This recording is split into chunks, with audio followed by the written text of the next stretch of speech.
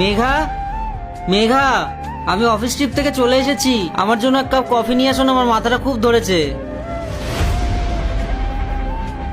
নিয়ে এসেছো? দাও।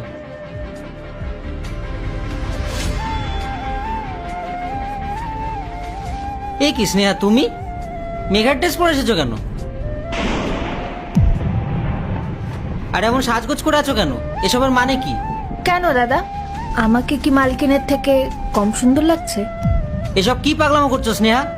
আর মেঘা কোথায়? ও যদি তোমার এই অবস্থা দেখে না, কাজ থেকে বের করে দেবে। ওনাকে নিয়ে চিন্তা করবেন না দাদা, উনি তো আপনার এক প্রিয় বন্ধুর সাথে বাইরে ঘুরতে গেছে। আমার বন্ধুর সাথে? মানে?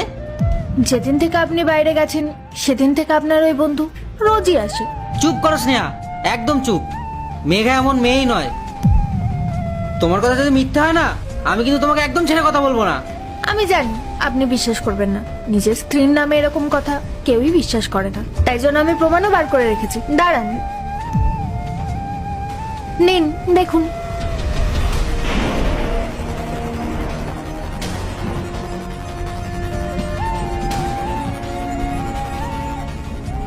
আপনি একদম চিন্তা করবেন না, ম্যাডাম যেটা করেছেন সেটা ঘোর অন্যায়।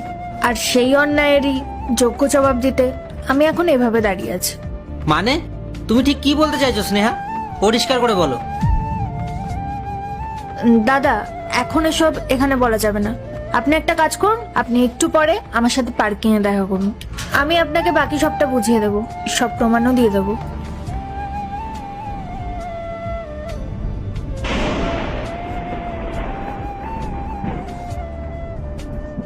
হ্যাঁ বলো, কি বলবে বলছিলে?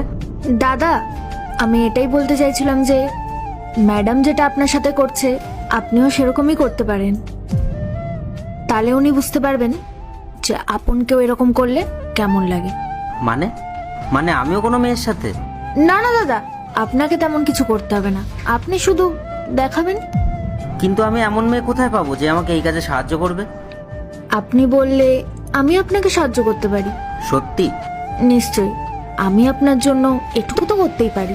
ঠিক আছে, তাহলে এটাই করা যাক। কালকে আমাকে বলেছে ও বাড়ি থাকবে না, তুমি তাহলে কালকে চলে এসো।